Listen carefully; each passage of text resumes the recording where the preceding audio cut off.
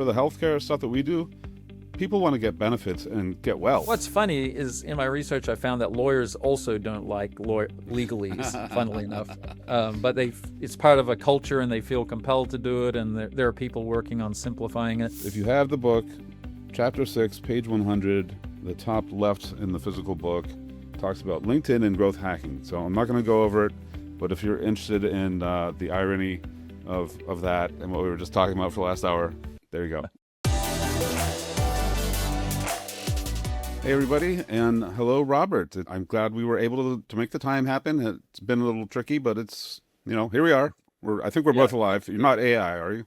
No, not today anyway. Okay, all right. Because I think on that.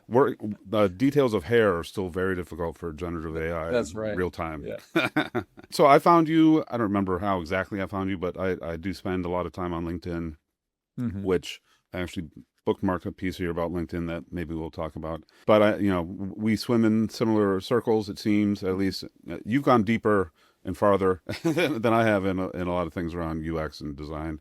I like to pay attention to lots of things, and I've had UX roles, and the first company I ever started back in 2007 was Information Architected. Finding that there was a term for the stuff that I did was pretty cool. Yep. And then that was next role too. Yeah. And I loved that term. It caught my eye, information architect.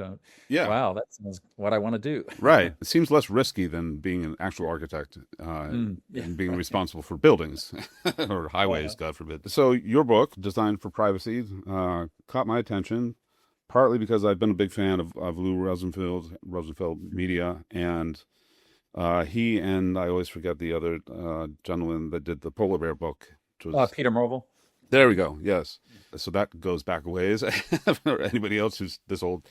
But, I've always loved Lou's work. It's great to see that he sort of picked up the mantle of O'Reilly, a similar sort of feel. Of course, that's where he published the Polar Bear book on.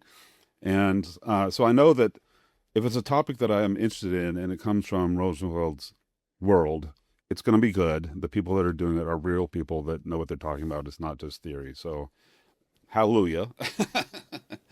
Glad to hear that. Yeah. And I love the topic. So design by privacy. So just sort of my own journey on how I accidentally ended up even remotely caring about anything like this. I lucked out in early 2000s, I want to say, maybe late 90s. My old roommate from college, who's been involved in design, and we both studied music, and he went into music software and has done that for a lot of years. He turned me on to, in passing, just a usability book. I think it was Jacob Nielsen book. It was like the two-tone color front cover, and that was a wonderful experience. One, because Jacob's Danish and I have Danish ancestry. I was like, it's not just I hate this experience because it's accidentally terrible, which might be true, but like you can actually specifically test. We don't have to I like blue. Well, I like green. Well, who cares if it doesn't work, right? And then I sort of evolved along with, user experience. Well, maybe you don't need buttons. Who cares what color? Because you don't need them, right? So, and which is sort of, leads us into voice interfaces and other things and iPads and all sorts of things. So part of the reason I like to find people like you is I want to help people today. The point of Next Future Today is, what can we deliver to people that gets them inspired to take action right now on something they probably have wanted to do for a long time, but just couldn't manage it. And to do that, I want to pull from people who've already run far ahead, so I don't get shot in the back necessarily all the time. And I get to leverage, what the path that you've put through the minefield and still survived, right? Right. And then bring people who are way behind the curve potentially. Maybe we slingshot them into today. And then that gives them a nice foundation to suddenly they're on par with what's standard or maybe slightly above because they're listening to folks like you, and then they can go and run, right? And they're unimpeded. But so you come from more of a sort of traditional brand design perspective, correct? Well, I have worked with a lot of brands, but I did start out as an information architect, but it was within agency life. So it was working for big corporations and on branded sites a lot of the time. I also have done some work with nonprofits from time to time. and some startups as well. But yeah, typically it was with those larger corporations focusing on those kind of user experiences. I think it's kind of, so flashing back. So I remember like writing the first web page that Hmm. we had at the company that I joined like a couple months before that. So that was 1994, and there were no web editors. There were, Right. Yeah. none of the stuff that we all take for granted now existed yet. So somewhat daunting, but also, nobody knew anything. So it doesn't matter if you're the first person, then you're good. Yeah. But to I'm pretty sure nobody was thinking privacy by design in 1994. Hmm. They might have been thinking of it from a intellectual property standpoint, from the organization's standpoint, not so much from the consumer's standpoint or the patients or Right. citizens, whatever, right? So, what did your journey sort of look like going from the before world of before thinking I got to write about this because we're doing a whole bunch of stuff real bad, and Right. and then the post world, which I hope you're seeing some signs that it's woken up people like me and exposed them to ideas like this is a real thing that affects all of us. So please pay attention. Yeah, no, it's a really good question because honestly, it's a bit of a mixed bag. Like I'm sure there are always potential privacy issues because we started putting our information online pretty early on, and people started posting anonymously because they were concerned about their privacy, for example. Even in the 90s, of course. But I think as the web evolved and it got more complex, and we added, when I went to a website, yeah, late 90s, early 2000s, the ones I was working on, they were very static and the information was on the information architecture. There wasn't as much interaction. And, you remember watching an image come down on the screen, a Progressive, line at a yeah. time or whatever. But the more interactive these experiences have become and the more features they offer to us for free, the more we obviously have started surrendering information. And I think what's happened is, even though that's been happening for 20 years or more, it has still happened at such a rapid rate that we're not always aware of how much of our private information is getting circulated. And I think the advent of the mobile device, not so much just any mobile device, but the fact that we're browsing and apps and the location awareness and Yeah. tracking our behavior online via that as well, compounded that. And then you introduce AI. And I think that all of these things have compounded to the point that the problem is getting geometrically worse. But people are concerned about it. And Hmm. when you talk to people, example I like to use is how people like personalization. But when you explain how personalization works, they don't like it Yeah. because they're like, oh, yeah, get an ad that is the exact kind of shirt that I like, and I'm more likely to buy it. But when they understand that's because companies are following your activity all across the internet, then huge numbers of people, the majority of people say they don't like it. Right. And you see statistics that 90-some% of people feel like they don't have control over their personal data. So you kind of have both of these competing things going on at the same time, where Hmm. every day we use these apps and sites for free with this handshake understanding that they're doing something with that data. They may be selling it. Hmm. But even then, I don't think people understand that it's not half a dozen companies potentially that your information is being sold to. It could be dozens, it could be hundreds. In some cases, it could be over 1,000. Right. And then you introduce the idea of data brokers who you may know that your information goes to a data broker, but there's no way of telling who it goes to from there. Right. Yeah. So, our worldwide, and I'm not an expert on all the laws and regulations, but obviously in some countries like the EU with GDPR, there are heavier and tighter regulations than here.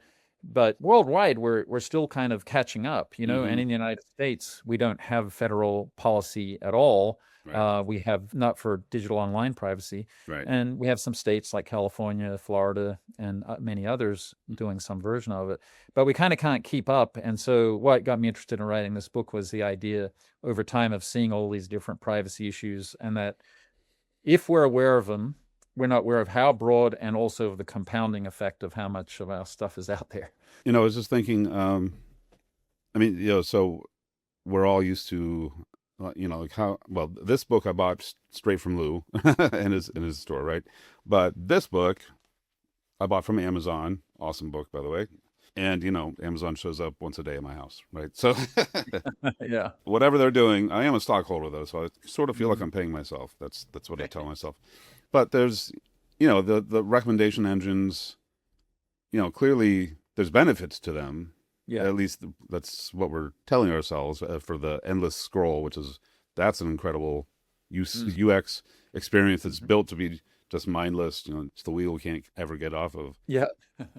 But so one thing I was thinking of as you're just going through your brief history was there are lots of Chrome extensions that you can use for all sorts of things. Like if I don't code anymore, but if you're dropping in pixels from Meta and Google and TikTok Mhm. and any other things that aren't social media, then there's usually debugging extensions, right? So you can verify the pixels on and it's firing when somebody buys and all that fun kind of stuff. I haven't thought of there are other extensions that are purposely made, like Ghostery is one that I used to know. I think they got bought. I don't remember where they ended up. But it exposes, here's the 500 things, different services Yeah. that are tracking you. And by the way, what does that mean? What do they actually track? I don't think anybody's like put, like, here's theoretically what this is worth, what it's Mm. being, people who are leveraging that data are potentially paying for, or what that might turn into for them for targeting purposes, right? I wonder how. That would be something. Yeah. I think that would really scare the crap out of people. Yeah, right. That would be very, very valuable to see. Yeah, because there's definitely plugins, like you say, that will show that kind of information, but I'm not seeing it given a value like that, which might be interesting or terrifying or somewhere in between. Yeah. Yeah, both. I mean, you have to poke and prod sometimes to get action to happen. Yeah. Yeah. Yeah. So on the more serious front, though, so design for privacy. You talk about the sort of the birth of digital privacy came about in 1995, somewhere around there. Yeah, approximately. I know around that time people were definitely discussing it, and I'm probably going to forget the exact year offhand where Dr. Ann Kavukian put together this privacy by design framework around that time, and she was working with people in Europe too, and studying and researching and sort of codifying this. And of course, she was Canadian and working for the government on privacy there, and established this framework that I eventually came across in my research and found it very compelling. Mm-hmm. And then in looking further, I didn't see a book that focused explicitly on designing for privacy online from a UX perspective. Mm-hmm. There's certainly a lot of data-oriented books, and there's actually architectural books on designing for privacy too, for real-world buildings and everything. Oh, right. Yeah. Yeah. Okay. But yeah, so it did. The concerns have been around for a while, and the sort of principles and framework are there. And there are definitely other people interested in the topic. In fact, over a decade ago, I started getting involved in the internet freedom community or the online digital rights community, and there are quite a few people building privacy tools and concerned and teaching about privacy and the need for it. Mm-hmm. So yeah, it is a burgeoning field, and with quite a few people involved, but it doesn't get a lot of public view, maybe as much as it could or should. Right. Well, I mean, it's not necessarily sexy, like talk about Right. anything that has anything to do with AI, right? So make a picture of yourself as a slice of pizza. Right. Okay. Why? Exactly. Now tell us what your favorite kind of pizza is, Yeah. so we Yeah. can mine that, and then who knows what else that's going to turn into. Right. Yeah. There's a lot of distractions. Yeah, exactly. So the original research, we'll say, happened in 1995, It and was. Yeah, around then. Yep. okay. Hmm. And is this real time fact checking? Hmm. Okay. Yeah. Yep.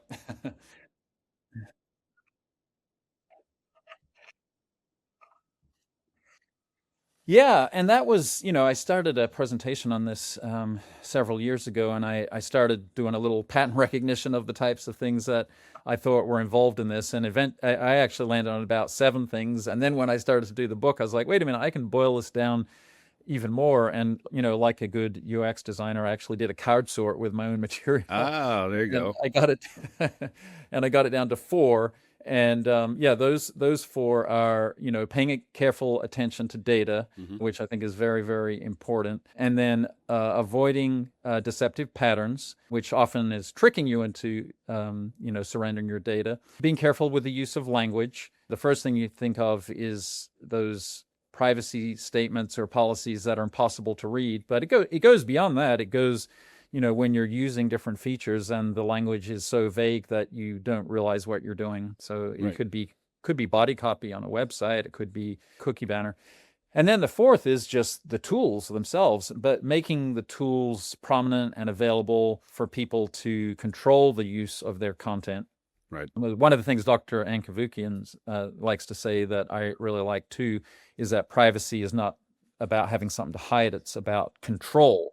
And a lot of times organizations will create these tools. If they create these tools, they'll be squirreled away somewhere and they'll be very confusing and sometimes intentionally. So that's also how these things overlap, because you've got deceptive patterns and you've got tools that incorporate deceptive patterns, and the misuse of language could be considered a deceptive pattern. Right. But those are kind of the four areas that I landed on because you can explore each of them so deeply. Yeah. Right. Yeah, I like that. We so the book that I co-wrote, The Gen Z Effect, we talk about the 6 forces of the Gen Z effect. And I honestly don't remember how many we started with when we were in the beginning of writing the book. Do you know the movie The History of the World Part 1? Mel Brooks? I do. I probably watched it years ago because I loved that kind of movie. Yeah. Well, you remember when Moses comes out, he's carrying 3 tablets. Yes. They each have 5 of the commandments, but he drops one. He's like, I'm here to present to you the 15, drop, smash, 10 commandments. Exactly. That's kind of how I felt with the Gen Z effect, because I was like, we have too many ideas here. Let's, and then of course I add those back in, and that's why you should co-write with somebody, by the way, that you trust. So they know how to help you kill your darlings. Exactly. Yeah. I learned to just, slightly, a couple of years before that, I learned that editors are a good thing. They're not there to punish you. Right. Necessarily. Yes. Yes. Fry's a good editor, that's for sure. Yeah, exactly. I think it's much easier as an individual. It's easier to understand why should privacy matter to me, and what the hell do I do about it. On the flip side of, especially commercial organizations or far more nefarious organizations, it's, if the power that you have these days is based on the data that you have, and that's what AI, if you don't feed data to AI, then it's like a tree in the woods that falls down. Nobody knows it happened, right? So is there a typical path into an organization that makes somebody care enough that it's like, we need to really seriously address this and create, I don't know if it's a center of excellence or it's a specific new piece of the UX team or some new product management kind of role that I haven't heard of yet, or how, what's a potential entry point that maybe we can help somebody who's in the position where they're like, we really have to do this, by the way, but they need some sort of path that you could recommend that says, okay, if you do it this way, then you can get a jab in, or whatever. That's a really good question, and what it does make me think about talk about occasionally is compliance versus privacy by design. Because a lot of companies will have a privacy officer, especially very, very large companies. But often that'll be someone with a law background, and they may be doing an excellent job. But it is about compliance. And as we think about the difference between like privacy by design, which is considered, a design framework, or maybe even designing from an ethical perspective, compliance can be just about checkboxes, right? And if you're selecting all the checkboxes correctly, that doesn't mean that there's not bad things going on in your experience, right? Unfortunately. So to your point, I'm not aware of specific positions that would focus on this. There are organizations that I'm familiar with and smaller entities or agencies that have a particular emphasis on privacy within them. And I have friends working in those environments, and I love what they're doing. But I think part of the reason that I wrote the book was understanding that there isn't a specific role. Right. Maybe there will be, because the way I like to talk about it is with usability, with accessibility. Those are important roles that we look at. And sometimes if it's a big enough organization, you can have someone dedicated to them. And I would love to see privacy treated that way. But in the meantime, what I'm hoping to do is just sensitize us all as designers to the issue of privacy. Because, if you're in school at this point studying design or any sort of online experience, you're probably learning about usability and accessibility, Right. which is fantastic. And I would just love to see privacy treated that same way. And, I use that word again, sensitize, is just getting designers to think about it more often. And the people that are doing work on deceptive patterns, like Harry Brignall and some other folks, they're kind of doing the same thing. They're sensitizing designers to these things. So, as a consumer, to avoid them, but especially as a designer, if somebody asks you to do it, you're not kind of just thinking hazily, I don't know how good I feel about this. You have much more of a concrete point of reference to be like, no, that is used for ill. Right. Right. So it's kind of about creating a culture for privacy by design, I think. Yeah. Yeah. Okay. Yeah, and I think that, I mean, so you talk about it in the book, and it's, user experience, customer experience, employee experience.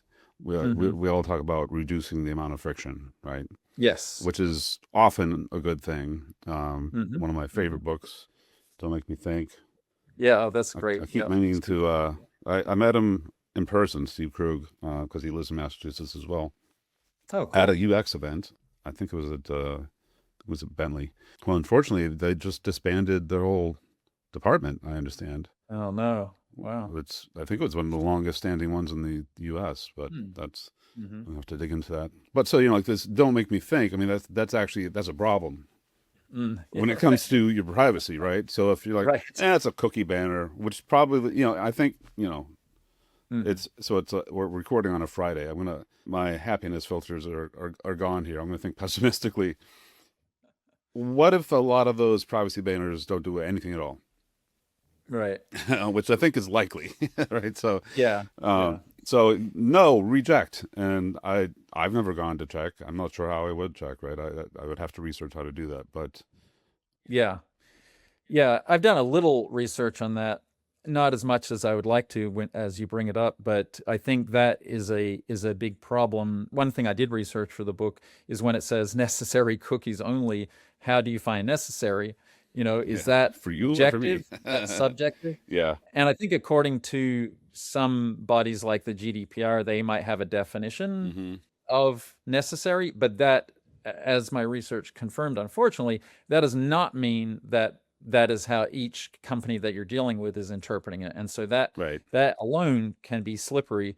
But, cookie banners are one of the most mundane examples, but I had to use it as an example quite a few times in the book because they're so common. And they are doing exactly what you said in regards to friction. They're trying to remove as much friction as possible. And, in some cases with the GDPR, they're battening down on exactly how you can even design them. But there's obvious things like for many that you'll see here still is that the CTAs, the calls to action, are not equally weighted.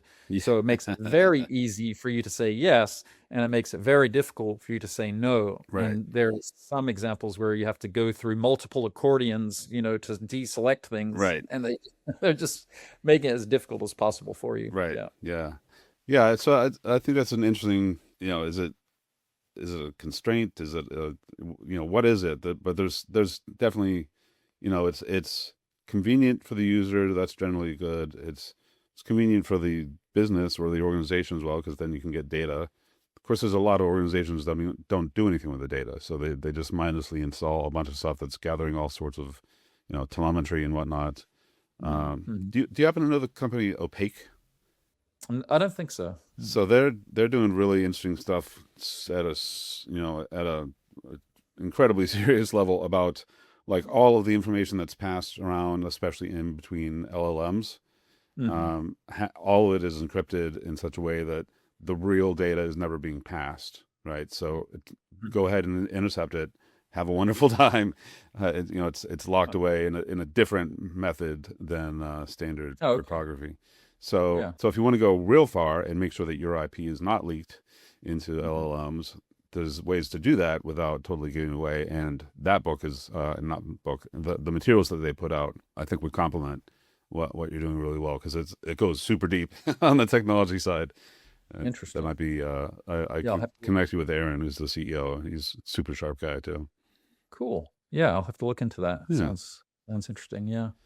So in the spirit of like, so don't make me think. I mean, so like these days, arguably we're thinking less and less. Like a one shot, badly written, badly spelled, who knows, prompt is Mhm. expected to do all the work that you used to do in a 40-hour Mm. week, right? And Yeah. maybe slight exaggeration. But, that means that's another way that we're potentially shutting down our critical thinking skills to just, it's as much as like I like Google and things like that because I like to do research and learn. It's also, who's feeding that machine. It's whoever's best at navigating. It's the new SEO is to stuff things into LLMs so that your Mhm. brand or whatever it is that you do goes to the top or somebody else's goes to the bottom. There's Mhm. that kind of warfare stuff. But you know, that's a challenge on how do we provide the framework and the comprehension of how to balance out this issue that I'd like to think that most organizations want to do the right thing for their customers, constituents, whoever they are. But then you get into the realm of like where we spend a lot of time at Infocap, which is public benefits systems like healthcare.gov and Yeah. which there's a movement that I mostly really love right now that's called ex parte, which is basically don't ask people for what you already have on them, more Oh or yeah. less. Yeah. I did not study Latin, so apologies. And that's great because often if you're applying for certain kind of public benefits, you're probably applying for others, and it's all basically the same information. There's some variations on how much income you can have, or if you have a certain number of kids, or married, not married, all that kind of stuff. But why should you have to fill out 20 different stacks of paper, Yeah. which is Yeah. is not as common anymore, but that essentially. And then that means that if you're dealing with each agency at the federal and state level has its own silo that's not connected to others, then you can't actually track what they're getting across these programs, which means you can't really optimize for them. I am thinking optimistically here. And it also means that you can't look out for fraud that's like a wide scale serious problem if you actually can't look across all of it. Yeah. So any thoughts on how do you start to unpeel that so you can do the right thing for the individual, you can do the right thing from the sort of the mission of the agency in this case, not turn it into a even more of a surveillance state. Yeah, it's a really good question, and it's something that I think about in particular because, and it goes back to your, mention of friction too, is that how many times have you gone to one government office or another, or it could be medical as well, and you think, man, if I just had a universal profile that I could share with everybody that had all this stuff, it would be much less a pain in the butt, Yeah. and it would just be quicker. And I totally sympathize with that, and I wrestle with it myself in thinking, what if you had this data kernel that you could move around with you? And I think at one point, Tim Berners-Lee was working on that. I'm not sure what the status of it is, and I know he would be concerned about the security of it. But there's the rub, of course. Exactly, is I would at a visceral level like to be able to depend on something like that. But like many people, you get all that information in there, and there's a huge component of trust. And from it specifically, what is happening to my data from a privacy and security perspective. Yeah. And I think, interestingly enough, when you can remove some of those frictions, say within healthcare, but also with whatever else, employment and other things like that, it could build some trust if you feel like, oh, this is very well organized and seamless and everything like that. Mm-hmm. But of course, as soon as there's some sort of leak, then you undermine that trust. Yeah. And the other component of this that I was thinking about was the trust of the government can vary. And Yeah. so if we're talking government and bureaucracy, it may even be that people trust one area of government, but they don't trust another. Yeah. And you could be going through a time period like perhaps we are now, where there's an aura effect where, you might trust your local health program, but you don't necessarily trust the FBI. Right. Yep. That's, I use the FBI because they were literally in the news this week because they were talking about tracking Americans and purchasing location data. Mm-hmm. So, people could be concerned that, okay, I trust this department, but I don't trust another. Right. But I do also think that in creating the experiences, there's other peripheral things that we can do to make a friendly, usable experience when you're entering and providing your data, and making at least people feel safe in those moments and reassuring them from a security perspective insofar as you can. So it's a high wire act. There's no doubt about it. Yeah. I some of the technical solutions I wouldn't be as familiar with, but it'd be interesting to see what we can do in the future to provide the good part of this without the fear, Right. fear part of it. Is there? I haven't looked into this because it didn't occur to me. But what's the building standard for like sustainability, and is it LEED? LEED? That sounds right. Yeah. Yeah. Yeah. So, is there any such similar thing for like digital? We'll just call it information architecture, or some sort of an audit that would be standardized that either exists or or might be coming into action, because to have some sort of third party objective, hopefully trusted party that can say this is so the privacy stuff that you checked off means this, and it has been verified, just like the authorized.net and others, like this site has been checked 200 times a day, maybe, and is, the secure certificate is valid, and, that kind of stuff. Anything like that come up in your research, or? I did a little research on that, and if anybody's listening and is aware of a body doing something like that, please contact me, because as far as I know, not in the way that I would like to think of it, because what you described to me, what I thought of was like ADA requirements for accessibility, and they're not legislated, but they are referenced in legislature. And that is, a revered or respected body that has a lot of granular information about how to make your site accessibility friendly, and they have 3 different levels. And I could see that being done with privacy. And in fact, I think it's at the very end of my book, maybe even in conclusion, that I suggest a need for something like that, because there's certainly nothing that I'm aware of that is very prominent.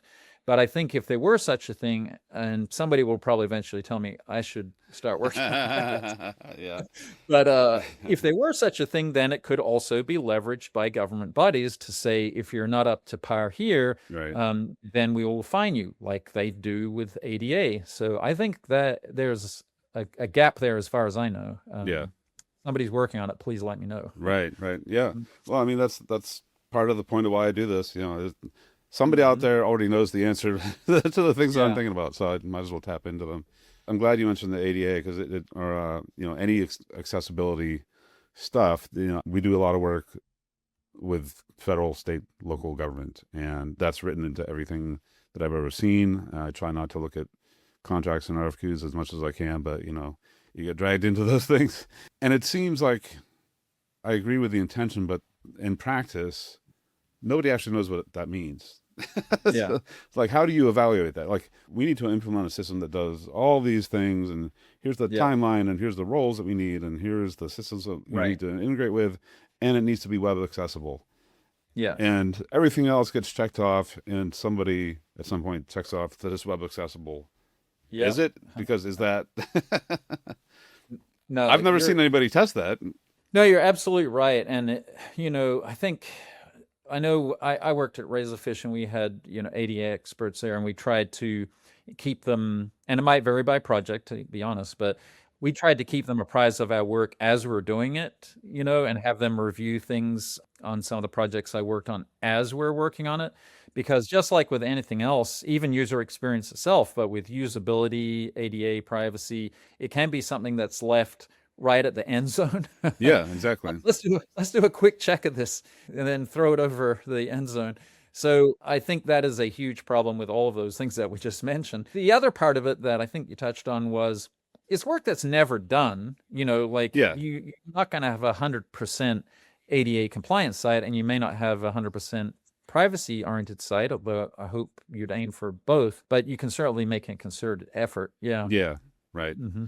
Yeah, I mean, so like I call myself an ex-paranoid security guy, because at some point I realized I actually, like I'd heard, I could be the problem. I could be the disabler of getting things done instead of the disabler of bad things, stopping bad things from happening. Because that's I had a very bad day one day, and I will not forget that. Oh yeah.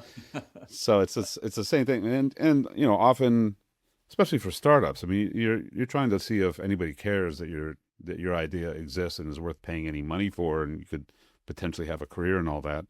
So the temptation to say, here's a template for a privacy policy that maybe I don't even have time to change the name on it, so it just says your company. It doesn't actually say your company, right? And of course, these are the cookies that matter. Well, are they? Are you even using those things? So it's the same with security. It's like when you're developing, often it's in your own environment. It's not exposed to the outside. So the login mechanism probably doesn't really matter for quite a while, right? And then at some point, oh, we have to wire in login. Does that mean that now these days we have to integrate with Microsoft and Google and those kinds of things for credentials, or forget the military? Is it ID.me, or there's different variations that are tied around that? Yeah. But that's not like the first thing that comes up, and it probably doesn't even make it in the first 2 months of meetings in most projects. I would have to guess. Right. So Right. there's no magic wand either one of us can wave, other than to make sure that we're talking about these things and do it up front. 100%. Yeah. And the pressures of getting a product to market are always there, right? So exactly. And that's why, unfortunately, some things get deprioritized, or let's be honest, some they get ignored entirely, or not accounted for, so unfortunately. I haven't kept track, but the number of sites that I've seen that still talk about like this, you must use, good Lord, Internet Explorer, which like I've been on a Mac for most of my life. Yeah, that's not good. That hasn't even existed on a Mac for 10 years or something. So what are you talking about? Can somebody at least change that? To not even bother saying that, because that's just stupid. Yeah, for sure. For people that you've worked with and talked to and that have hired you to help them navigate privacy by design, is there any particular, like, what drove them to reach out? I actually began this as more of a side hustle or research when I was working for more mainstream companies that, I might have touched on their privacy from time to time. So actually, I've worked with with some smaller organizations in the last few years that work in the human rights and internet rights. And so they're very alert to the need for privacy. But before that, it was kind of like just doing my regular job as a UX designer. And occasionally I did get to work on, say, a privacy portal for a large automotive company, and actually for two different ones. I touched on some things related to privacy from time to time. So it wasn't necessarily going deep. It was my own personal interest.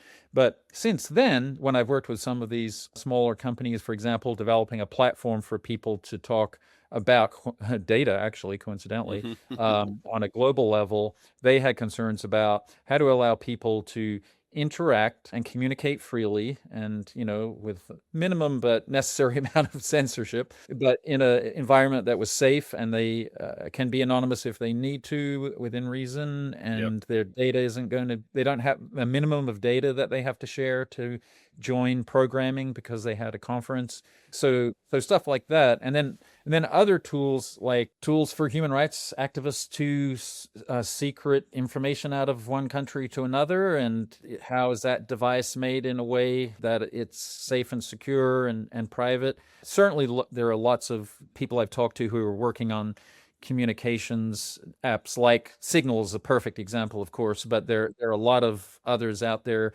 doing things like that. So when I've gone deeper, it tends to be with those that are already kind of focusing on it. But I would love to get to the point where I'm talking to companies and maybe auditing them and giving them feedback. I am talking to companies more often just to do what I'm doing with you today, just talking in general about the material in order to, as I say, sensitize designers to these issues as well. Mm-hmm. Okay. I warn people all the time, there's like infinite paths we could continue to go down or branch out into. I think one I'd like to explore is, we've sort of already touched about it, but just to hammer on it. So if you want streamlined and meaningful and frictionless, but you also want carefulness and privacy and those sort of things, what's the middle road that's like I think what stops people, in my opinion, is if it looks like too much work to do it, they're just not going to do it, right? Because they're already, they're expected to do the work of 10 people, probably. And maybe it's because their own boss, are the only person that's there and has to do all the work. So how do we make it frictionless for the people who need to do the work so that the beneficiaries of doing it well, or at least better than average and trending up, can happen somewhere in the middle path or middle zone? Yeah, that's a good question. And it might be helpful if I thought of a very specific experience, I suppose, or something. But I guess a couple of things come to mind is the general usability. It's interesting how these things like usability and accessibility actually also help with privacy, because it's just focusing on experiences and making them as good as possible. And if that's with content, it's making the content very digestible. When you talk about privacy policies, but it can also be copy, is like applying common sense formatting to copy and content like that, so that you can scan through and see what is important and what jumps out at you. And if you're applying for some sort of benefits or healthcare or something, that could be very important, because you have to understand what applies for you and what doesn't. Yeah. But when we get into the privacy too, if you're surrendering your information and you have to have A, ask for the data, but B, have a privacy policy, Right. making sure that content is presented in a way that does, in that case, does reduce friction, right? So I can scan through and see, this is what I'm concerned about. Right. And one of the things I've talked about with privacy policy is people say, well, we designers are not lawyers, so we don't get to write those. And I'm like, I agree, 100%. Yeah. But And don't become a lawyer, please. Yeah. And what's funny is, in my research, I found that lawyers also don't like legalese, funnily enough. But it's part of a culture and they feel compelled to do it. And there are people working on simplifying it. Right. But yeah, when you go to a website and if you analyze, there are tools you can use to analyze the language, and it says it's written at an 8th grade level, but then you go to the privacy policy and it's postgraduate level. Yes. So, what can we do to help in areas like that? Yeah. To help people understand what they're doing. Right. Data minimization is another one, of course. I'd think with some of the official applications for things, it's going to be more difficult, because you have to ask some of the questions you have to ask, and that's it. Yeah. But you want to do it within a trustworthy environment. Right. But you still can take a good look and make sure, do we really need to ask every question? Some even suggest developing a question protocol so that you look at every single field and justify its existence. But then if you have to ask for a social security number, if you have to ask a super personal piece of information, don't be afraid to provide some simple contextual copy that explains why you're doing that. Yeah. To make people feel better too. So, Right. there's quite a few angles to approach your question, and that's what makes it tough, is no one right thing that you can do. You have to consider different aspects and facets. Yeah. Right. Yeah. I wonder if I didn't bring it down from my office, but do you know the book Made to Stick? I don't think so. By the Heath brothers, Dan and Okay. Chris, I believe. So I think there's 6 rules. I don't think that we stole that from them in the Gen Z effect, but so it's about, like kind of like Seth Godin wrote All Marketers Are Liars. And which is true. He's a genius with titles of books. Like, if you could just take that and run with it, probably in the wrong direction. His point is that nobody has the time or the interest really in getting all the details and all the, the truth and nothing but the truth, right? So what's truthy enough, which is not meant to be like in quotes, it's meant to be, Right. like, you're looking for a screwdriver. This is a Phillips screwdriver that happens to be this long, that has this, whatever the other details are that I don't know because I'm not a handy guy. It's magnetized, those are things that I know, right? So who cares if it's made of chromium steel at 88% and is twisted on a Tuesday, or there's lots of details that nobody cares about, but there's some details that you have to explain. And I guess sort of like Kramer in Seinfeld, movie phone, his apartment became the movie phone line. Why don't you just tell me what you want to see? Because he couldn't like fake what you're pushing as a, press 5. And he had no idea. Yeah. I think it's interesting, like, with Gen AI now, we're speaking with, sometimes literally with AI, and we are just saying this is what we want. Now, whether it does it or not is a totally different thing. And if it's all made up, who the hell knows? But thinking of I like uh, your idea about this is written about an eighth grade level, and I think the recommendation is usually like a fourth grade level, maybe, to make sure that Maybe. Yeah. and it's not about dumbing it down, it's to make it consumable. Because most Yeah. of us, like for the healthcare stuff that we do, people want to get benefits and get well. Right. They don't want to be a unpaid volunteer worker for the government. They're like, Yeah. I need food and I need to have healthcare, and do I qualify or not? And if not this one, which one? And Mhm. they shouldn't have to know all the details, like you're an insurance broker and have done it for your entire Right. life, right? So Right. do you think maybe there's this? I'm still trying to hunt, like, how can we identify, like, as a sign that you or I or anybody, or as consumers, we could go and say, I see signs that, like, that brand, because of the way that they generally operate for marketing purposes, maybe that's likely that they have privacy language that I might actually understand, and is truthful and does, like, Yeah. privacy by design. That's definitely a subject I'd like to investigate more, but I did find a couple of examples. And, there are companies like Apple that are definitely known for putting an emphasis on privacy. I haven't thought to look at their privacy policies It's lately to see if ungodly they're long. better. Yeah, they're probably pretty deadly too, to be honest. Yeah. And even I think Facebook to some degree tried to rewrite some of that information so it was easier to read. Though I also use them quite often as an example of how not to do privacy. Uh, but one that I came across, and this is smaller, and maybe it's smaller companies that are more likely to do it, is companies like Bandcamp, Hmm. where there was an example where their privacy policy, it did get into more legalese, but they created a framework that I hinted at a few minutes ago, Yeah. where it said up front of it in clear language, even with some humor, here's what you should pay attention to. And then it actually split it into, if you're a listener and if you're a musician, here's the three things that you should be most paying attention to. And if you see a site doing that, that feels to me like going the extra mile. And I think you can appreciate that. And another example would be Lemonade, the home, and they might do more than home and contents insurance, but that's what I know them from. And they are pretty good about very, very clear language. And when you look at, they do that same kind of thing where there's a hierarchy of, there might be some legalese, but they create a framework around it to explain, we don't sell your information to third parties. And they make that a very big, bold statement at the top. So I would definitely look for hints like that can help. That's part of their whole operating model theoretically. Firefox is another one, of course, that is pretty well known. I'm gonna blank on who's the parent company is for some reason. Mozilla.